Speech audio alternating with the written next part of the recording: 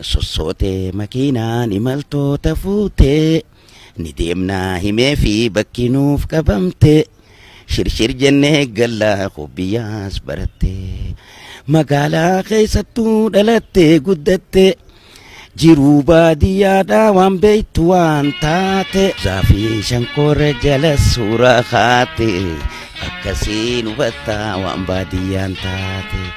Sossootee makiinaan imaltoota fuutee ni deemnaa himee fi bakki nuuf qabamte shirshir jennee gallaa hobbiyaas baratte.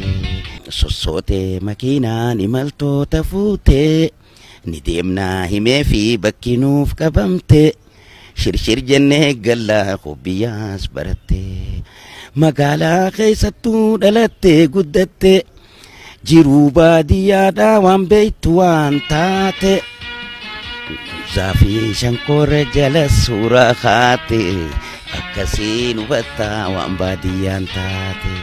Sossootee makiinaan imaltoota fuutee ni deemnaa himee fi bakki nuuf qabamte shirshir jennee gallaa hobbiyaas baratte.